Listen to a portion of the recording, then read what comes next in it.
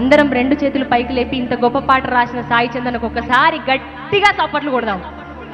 నాన్న నాన్న నాన్న నీ మనసెంత మంచిదో నాన్న, నాన్న నాన్న నాన్న నీ ప్రేమ ఎంత గొప్పదో నాన్న.